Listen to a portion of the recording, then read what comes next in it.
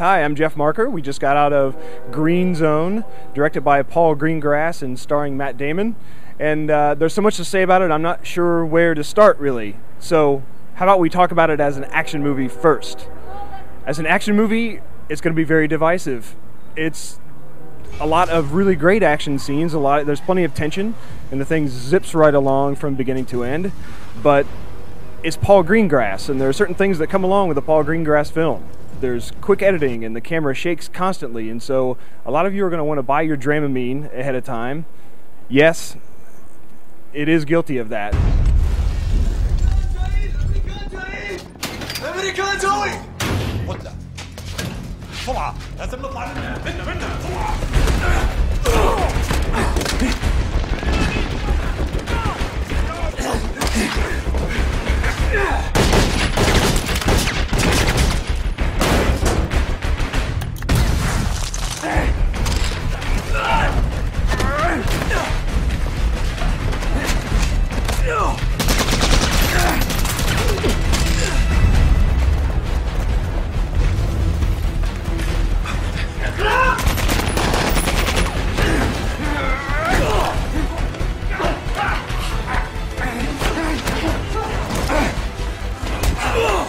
Yes, Jeff, I did think that it was a really jerky movie. I thought that, fans of the Blair Witch Project that actually didn't come out and throw up afterwards will probably find this to be absolutely acceptable, because it cuts back and forth between some real shaky moments, especially toward the end with the big conclusion. Of course, every movie like this has to have a big action conclusion. We even saw the action conclusion last week in Alice in Wonderland, which was somewhat criticized.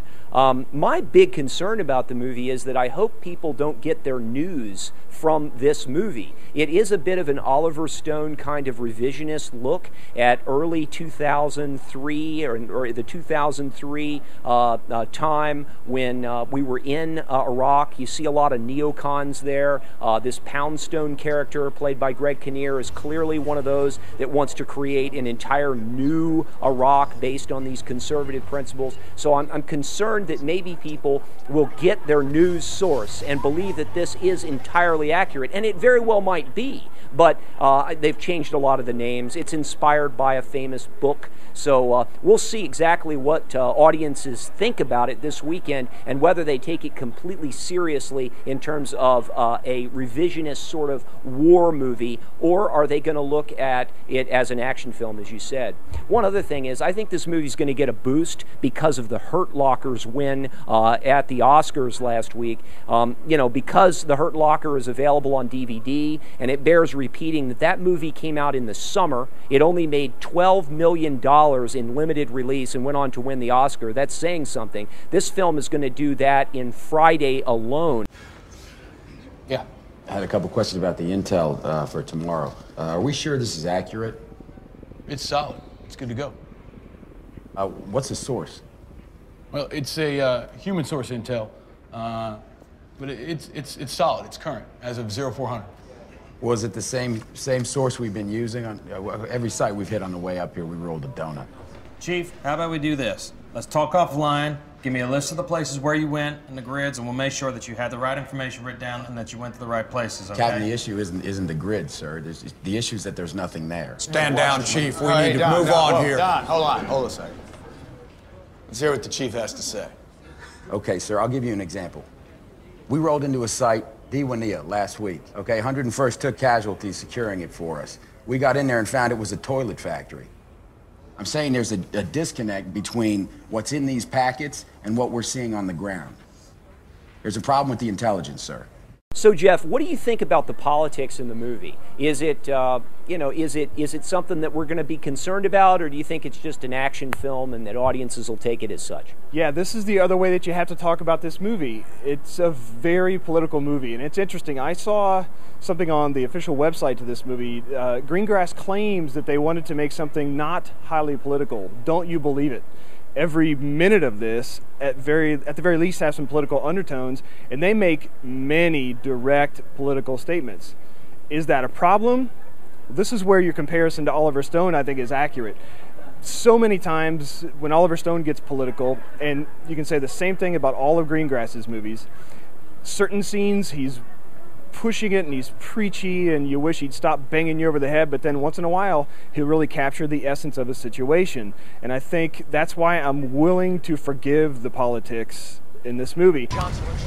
Hey, Sergeant Wilkins, I gotta talk to you. We gotta go get our prisoner back. Find this guy, Al-Rawi. Let Bethel handle it, please. No, Bethel can't see past the files on his desk. So what, you're gonna ring the doorbell now and ask Special No, Forces I'm to hand gonna him use over? the book and trade up and get some help. What are you talking about? Jerry, why the do we keep coming up empty on all these sites? There has gotta be a reason. Chief, we're here to do a job and get home safe. That's all. The reasons don't matter. They matter to me. Greengrass made a really, I think, accurate movie about 9/11. It was United 93. It was my favorite movie of that year.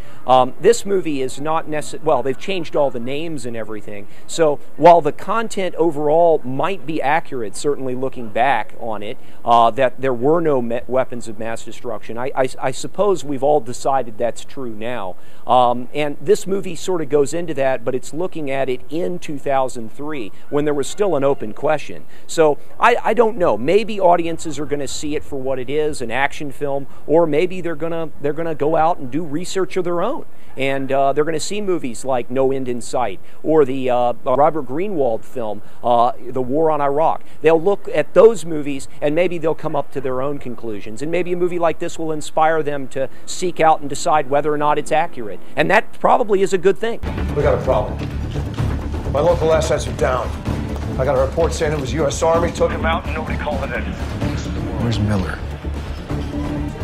He's moving northwest towards Adamia. ETA? 12 minutes, sir. ETA 12 minutes. He's meeting with Al-Rawi. Son of a bitch, he's on his way there right now. All right, what do you want me to do? Follow Miller. He'll lead you right to him. And when you find Al-Rawi, you take that son of a bitch out. What about Miller? He's off reservation. Miller can't bring in Al-Rawi.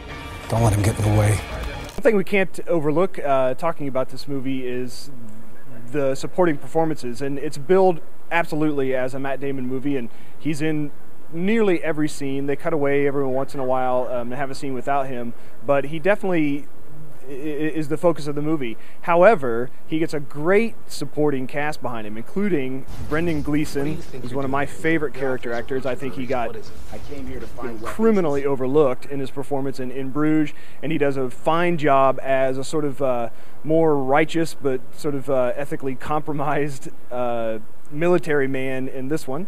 Amy Ryan plays a Wall Street Journal reporter, and does a fine job. She doesn't get to do terribly much, but she's great in it.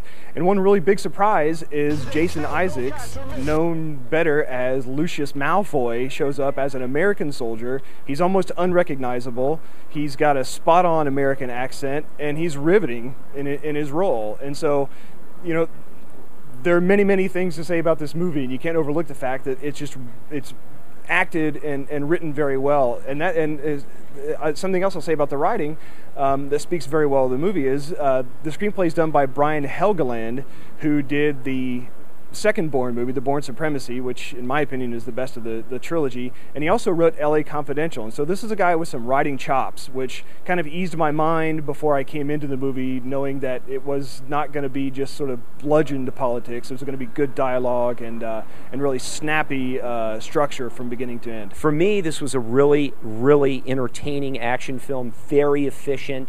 I was a little bit troubled by the politics in the movie, but, you know, looking back in hindsight, they probably are fairly accurate. I didn't like the last denouement in the film. It seemed like the movie should have ended when the action ended, but unfortunately there's sort of an end cap and a bit of politics there too, which I thought was a little heavy-handed. This is Jeff Marker, and you're watching The Film Fix.